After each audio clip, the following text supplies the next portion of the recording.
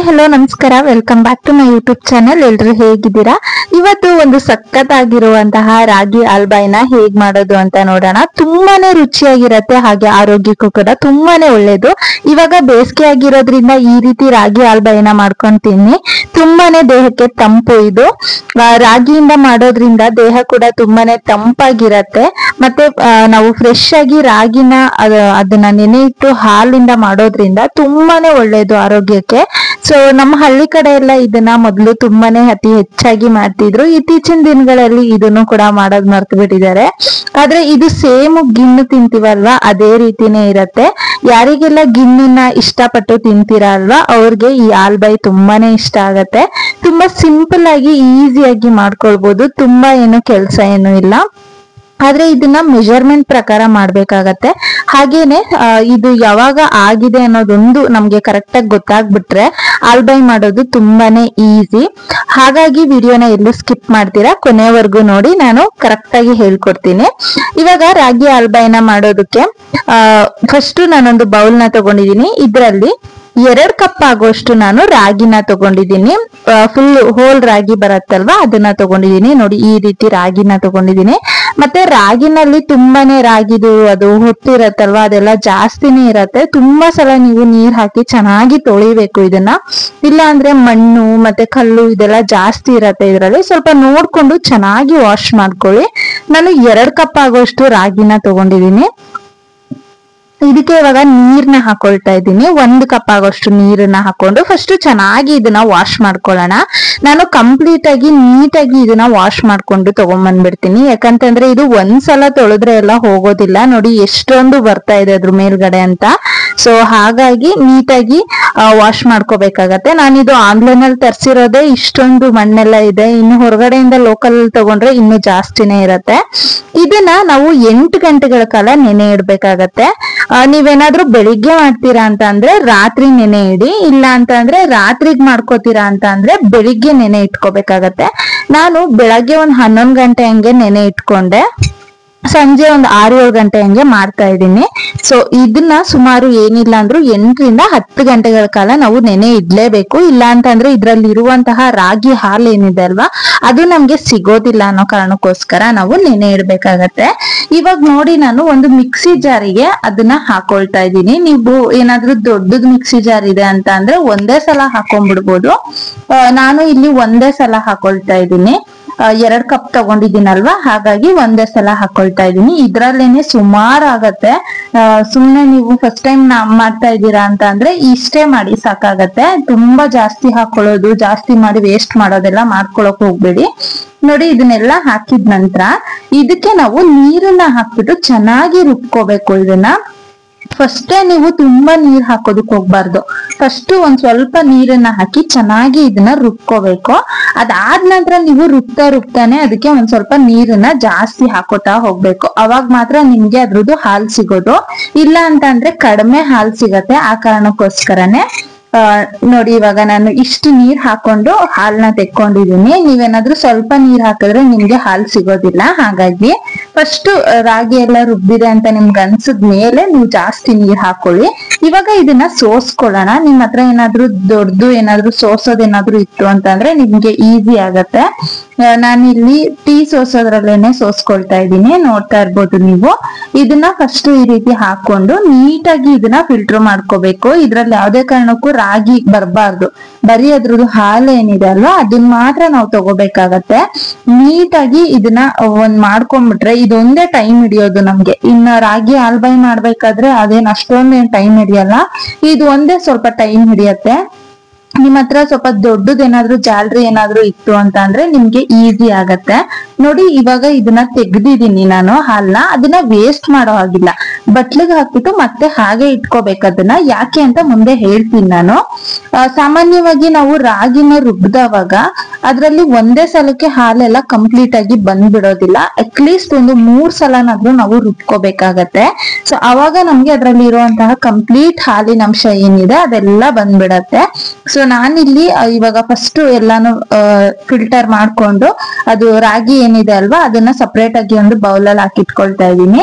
ಇದೇ ರಾಗಿ ಹಾಲಿಂದ ಈಗ ಸಮ್ಮರ್ಗೆ ನೀವು ಬೇಕಾದ್ರೆ ರಾಗಿದು ಹಾಲು ಏನಿದೆ ಅದಕ್ಕೆ ಬೇಕಾದ್ರೆ ಬೆಲ್ಲ ಹಾಕ್ಬಿಟ್ಟು 1-2-3 ಐಸ್ ಕ್ಯೂಬ್ ಹಾಕಿ ಒಂದ್ ಸ್ವಲ್ಪ ಏಲಕ್ಕಿ ಪುಡಿನ ಹಾಕೊಂಡು ಕುಡಿಯೋದ್ರಿಂದ ದೇಹಕ್ಕೆ ತುಂಬಾನೇ ತಂಪು, ಹಾಗೇನೆ ತುಂಬಾನೇ ರುಚಿಯಾಗಿರತ್ತೆ. ಅದ್ರದ್ದು ವಿಡಿಯೋ ಕೂಡ ನೆಕ್ಸ್ಟ್ ಹಾಕ್ತೀನಿ, ಅದನ್ನು ಕೂಡ ನೋಡ್ಕೊಂಡು ಮಾಡ್ಕೊಳ್ಳಿ. ಯಾಕಂತಂದ್ರೆ ರಾಗಿನೇ ತಂಪು, ಅದ್ರಿಂದ ಯಾವುದೇ ರೆಸಿಪಿ ಆಗ್ಲಿ ಡಿಶ್ ಆಗ್ಲಿ ಮಾಡ್ದವಾಗ ದೇಹಕ್ಕೆ ತುಂಬಾನೇ ತಂಪಾಗಿರತ್ತೆ. ಇವಾಗಿರೋ ಬಿಸಿಲಿಗೆ ತುಂಬಾನೇ ಹೀಟ್ ಆಗ್ತಾ ಇರತ್ತಲ್ವಾ ಬಾಡಿ, ಸೊ ಹಾಗಾಗಿ ಈ ತರ ಮಾಡ್ಕೊಳ್ಳಿ. ಅದ್ರಲ್ಲೂ ಹೆಚ್ಚಾಗಿ ಮಕ್ಕಳಿಗೆ ಮಾಡ್ಕೊಡಿ, ತುಂಬಾನೇ ಇಷ್ಟಪಟ್ಟು ತಿಂತಾರೆ.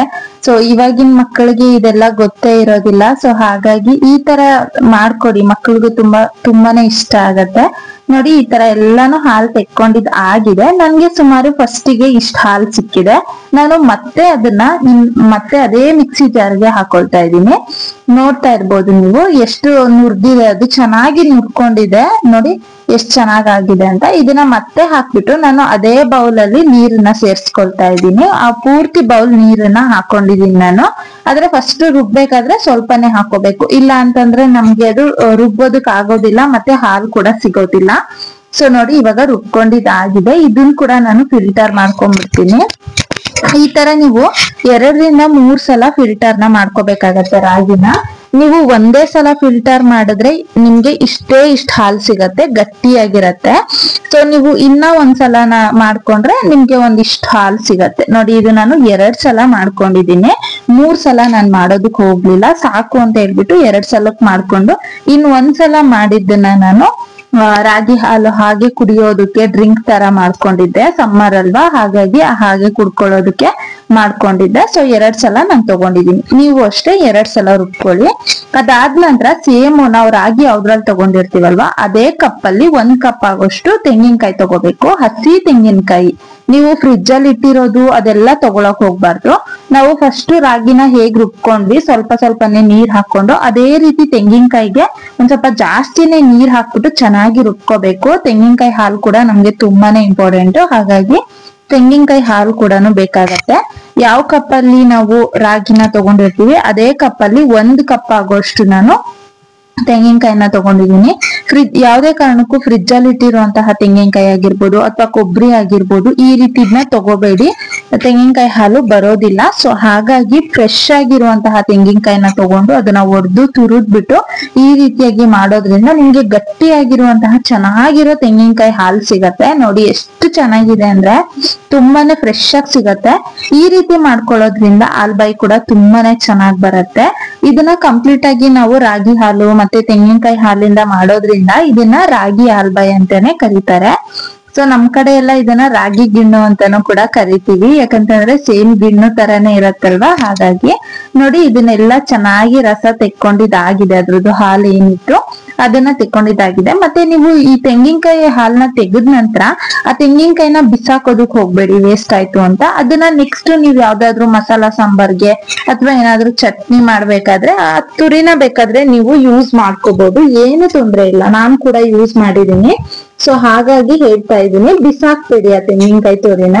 ಹಾಗೆ ಇಟ್ಕೊಂಡು ನೀವು ನೆಕ್ಸ್ಟ್ ಏನಾದ್ರು ಸಾಂಬಾರು, ಗ್ರೇವಿ ಈ ತರ ಏನಾದ್ರು ಮಾಡ್ಬೇಕಾದ್ರೆ ತೆಂಗಿನಕಾಯಿ ಹಾಕ್ಬಿಟ್ಟು ರುಬ್ಕೋತಿರಲ್ಲ, ಅದಕ್ಕೆ ಬಳಸ್ಕೊಳ್ಳಿ.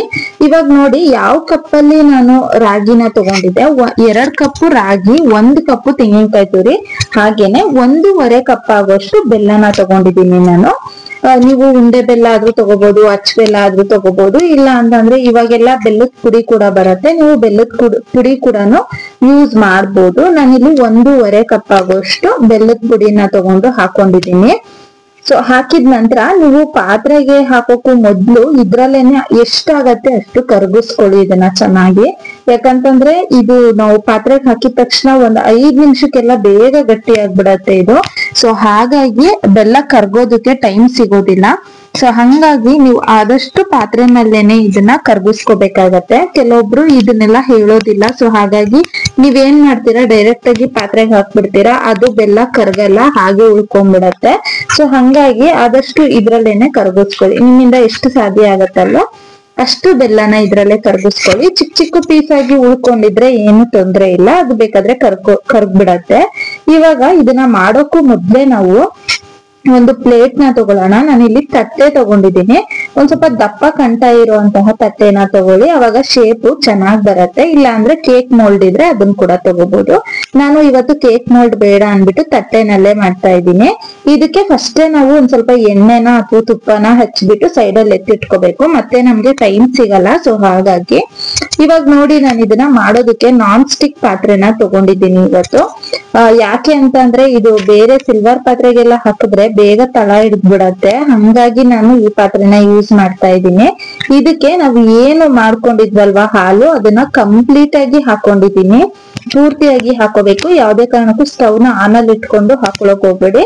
ಸ್ಟವ್ ಆಫ್ ಮಾಡ್ಕೊಂಡು ಹಾಕೊಳ್ಳಿ. ಅದಾದ ನಂತರ ನೀವು ಇದನ್ನ ಕಂಪ್ಲೀಟ್ ಆಗಿ ಸ್ಟಾರ್ಟಿಂಗ್ ಇಂದ ಎಂಡಿಂಗ್ ವರ್ಗುನು ಮೀಡಿಯಂ ಟು ಲೋ ಫ್ಲೇಮ್ ಅಲ್ಲೇನೆ ಬೇಯಿಸ್ಕೋಬೇಕು, ಇದನ್ನ ಕುಕ್ ಮಾಡ್ಕೋಬೇಕು. ಇಲ್ಲ ಅಂತ ಅಂದ್ರೆ ನಿಮ್ಗೆ ಆಲ್ಬಾಯಿ ಅನ್ನೋದು ಗಂಟುಗಳಾಗತ್ತೆ, ಚೆನ್ನಾಗ್ ಬರೋದಿಲ್ಲ. ಮತ್ತೆ ಅಲ್ಲಲ್ಲಿ ಗಂಟುಗಳು, ಅದನ್ನ ಮತ್ತೆ ಸರಿ ಮಾಡೋದಕ್ಕೂ ನಿಮ್ ಕೈಲಿ ಆಗೋದಿಲ್ಲ. ಸೊ ಹಂಗಾಗಿ ಹೇಳ್ತಾ ಇದ್ದೀನಿ, ದಯವಿಟ್ಟು ಆದಷ್ಟು ಲೋ ಫ್ಲೇಮ್ ಅಲ್ಲಿ ಮೀಡಿಯಂ ಫ್ಲೇಮ್ ಅಲ್ಲಿ ಇಟ್ಕೊಂಡೆ ಮಾಡಿ. ಇದು ಒಂದು ಟಿಪ್ಸ್. ಇನ್ನೊಂದು ಬಂದ್ಬಿಟ್ಟು ನೀವು ಇದನ್ನ ಮಾಡ್ಬೇಕಾದ್ರೆ ಯಾವ್ದೇ ಕಾರಣಕ್ಕೂ ಕೈ ಬಿಡ್ಬಾರ್ದು. ಅಂದ್ರೆ ಈ ತರ ತಿರ್ಗಿಸ್ತಾನೆ ಇರ್ಬೇಕು, ಎಲ್ಲೂ ಕೂಡ ನೀವು ಕೈ ಬಿಡ್ಬೇಡಿ. ಅಕಸ್ಮಾತ್ ನೀವು ಕೈ ಬಿಟ್ರಿ ಅಂತ ಅಂದ್ರೆ ಇದ್ರಲ್ಲಿ ಗಂಟುಗಳಾಗತ್ತೆ. ಸೊ ಹಂಗಾಗಿ ನೀವು ಕೈ ಬಿಡ್ದಿರನೆ ಚೆನ್ನಾಗಿ ತಿರ್ಗಿಸ್ಕೋಬೇಕು. ಇವಾಗ ಇದನ್ನ ಫಸ್ಟ್ ನಾನು ಏಲಕ್ಕಿ ಪುಡಿ ಎಲ್ಲ ಹಾಕೊಳ್ತಾ ಇದ್ದೀನಿ ನೋಡಿ. ಒಂದ್ 3 ಏಲಕ್ಕಿನ ನಾನು ಪುಡಿ ಮಾಡಿ ಇಟ್ಕೊಂಡಿದ್ದೆ, ಅದನ್ನ ಸೇರಿಸ್ಕೊಂಡಿದ್ದೀನಿ. ಇದನ್ನೆಲ್ಲ ಹಾಕಿ ಇದನ್ನ ಚೆನ್ನಾಗಿ ಮಿಕ್ಸ್ ಮಾಡ್ಕೊಳ್ಳೋಣ. ಮತ್ತೆ ಇದನ್ನ ನೀವು ತಿರ್ಗಿಸ್ತಾನೆ ಇರ್ಬೇಕು. ನಿಮ್ಗೆ ಒಂದ್ 5 ನಿಮಿಷದೊಳಗಡೆ ಇದು ಆಲ್ಬಾಯಿ ಆಗೋಗತ್ತೆ. ಕನ್ಸಿಸ್ಟೆನ್ಸಿ ಹೆಂಗಿರ್ಬೇಕು, ಹೆಂಗ್ ಗೊತ್ತಾಗತ್ತೆ ಅಂತ ನಾನು ತೋರಿಸ್ಕೊಡ್ತೀನಿ ನಿಮ್ಗೆ. ಇದು ಎತ್ತದವಾಗ ಸೌಟ್ ಇಂದ ನೀವು ತೆಗೆದವಾಗ ಅದು ಲೇಯರ್ ತರ ಬೀಳ್ಬೇಕು, ಅವಾಗ ನಿಮ್ಗೆ ಆಲ್ಬಾಯಿ ರೆಡಿ ಆಗಿದೆ ಅಂತ ಅರ್ಥ. ನೋಡಿ ಇವಾಗ ನಾನು ತಿರ್ಗಿಸ್ಕೊಳ್ತಾ ಇದ್ದೀನಿ. ಈ ತರಾನೇ ತಿರ್ಗಿಸ್ಕೊಳ್ಳಿ. ನನ್ಗೆ ಅದು ಸರಿ ಹೋಗ್ಲಿಲ್ಲ ಅನ್ಬಿಟ್ಟು ಈ ತರದ್ರಲ್ಲಿ ನಾನು ತಿರ್ಗಿಸ್ಕೊಳ್ತಾ ಇದ್ದೀನಿ. ಯಾಕೆ ಅಂತ ಅಂದ್ರೆ ಇದ್ರಲ್ಲಿ ತಿರುಗ್ಸೋದ್ರಿಂದ ನೀವು ಹಲ್ವಾ ಆಗಿರ್ಬೋದು ಅಥವಾ ಬೇರೆ ಯಾವ್ದೇ ರೆಸಿಪಿಗಳನ್ನ ಮಾಡಿ ನಿಮ್ಗೆ ಗಂಟುಗಳಾಗೋದಿಲ್ಲ. ಇದು ನೀಟಾಗಿ ಎಲ್ಲಾ ಕಡೆ ಬೀಟ್ ಮಾಡತ್ತೆ. ಸೊ ಹಂಗಾಗಿ ಏನು ತೊಂದ್ರೆ ಇಲ್ಲ, ಆರಾಮಾಗಿ ಮಾಡ್ಕೋಬಹುದು. ಸೊ ಹಂಗಾಗಿ ನಾನು ಇದನ್ನ ಯೂಸ್ ಮಾಡಿದೀನಿ. ನೀವು ಅಷ್ಟೇ ಇದ್ರೆ ಇದ್ರಲ್ಲೇನೆ ತಿರ್ಗಿಸ್ಕೊಳ್ಳಿ, ಅವಾಗ ನಿಮ್ಗೆ ಎಲ್ಲೂ ಕೂಡ ಗಂಟುಗಳಾಗೋದಿಲ್ಲ, ನೀಟಾಗಿ ಬರತ್ತೆ. ಸೊ ನೋಡಿ ನಾನು ತಿರ್ಗಿಸ್ಕೊಳ್ತಾ ಇದ್ದೀನಿ. ಆಲ್ಮೋಸ್ಟ್ ಇವಾಗ ಆಗೋಗ್ಬಿಟ್ಟಿದೆ ಇದು. ಇನ್ನೊಂದು 10 ಸೆಕೆಂಡ್ ಇಲ್ಲ 15 ಸೆಕೆಂಡ್ ಒಳಗಡೆ ಆಗ್ಬಿಡತ್ತೆ ಇದು. ನೀಟಾಗಿ ಅದು ಗಟ್ಟಿ ಆಗಿದ ತಕ್ಷಣ ನಿಮ್ಗೆ ಹಲ್ವಾ ಎಲ್ಲ ಮಾಡಿರ್ತೀರ ಅಲ್ವಾ, ಆ ಕನ್ಸಿಸ್ಟೆನ್ಸಿ ಗೊತ್ತಿರತ್ತೆ. ಆ ಕನ್ಸಿಸ್ಟೆನ್ಸಿ ಬಂದಿದ ತಕ್ಷಣನೇ ಸ್ಟವ್ ನ ಆಫ್ ಮಾಡ್ಕೊಂಡ್ಬಿಡಿ. ನೋಡಿ ಇವಾಗ ಆಗಿದೆ ಆಲ್ಮೋಸ್ಟ್. ನಾನು ತೋರಿಸ್ತೀನಿ ನೋಡಿ, ಆಗಿದೆ ಇದು. ಇವಾಗ ಒಂದು ತಟ್ಟೆ ನಾವು ಏನ್ ಎಣ್ಣೆ ಸೌರ್ ಇಟ್ಕೊಂಡಿದ್ವಲ್ವಾ, ಅದಕ್ಕೆ ಇದನ್ನ ಹಾಕೊಂಡ್ಬಿಡೋಣ. ನೋಡಿ ಒಂದೇ ಒಂದು ಕೂಡ ಗಂಟಾಗಿರ್ಲಿಲ್ಲ, ಅಷ್ಟು ನೀಟಾಗಿ ಬಂದಿತ್ತು ಆಲ್ಬಾಯಿ. ತುಂಬಾನೇ ಚೆನ್ನಾಗಿತ್ತು ಇದು.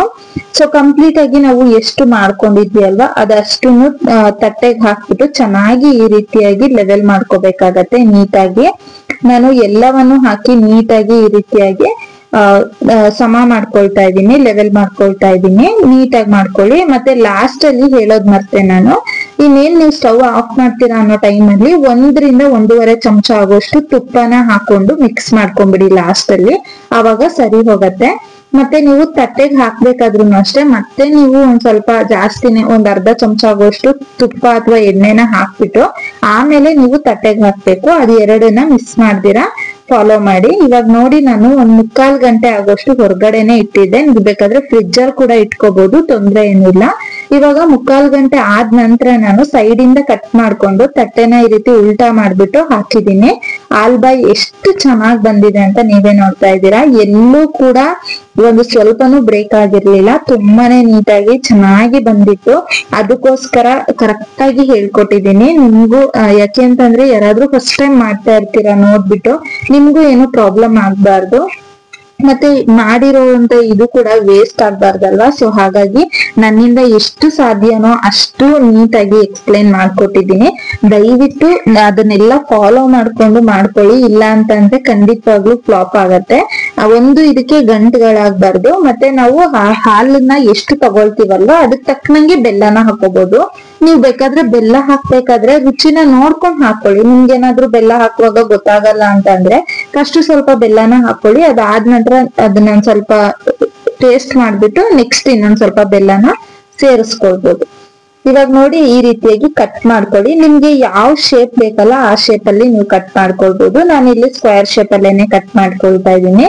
ಕಟ್ಟಿಂಗ್ ಕೂಡ ಅಷ್ಟೇ ತುಂಬಾನೇ ಈಸಿಯಾಗಿ ಆಗೋಯ್ತು, ತುಂಬಾ ಚೆನ್ನಾಗ್ ಆಗೋಯ್ತು.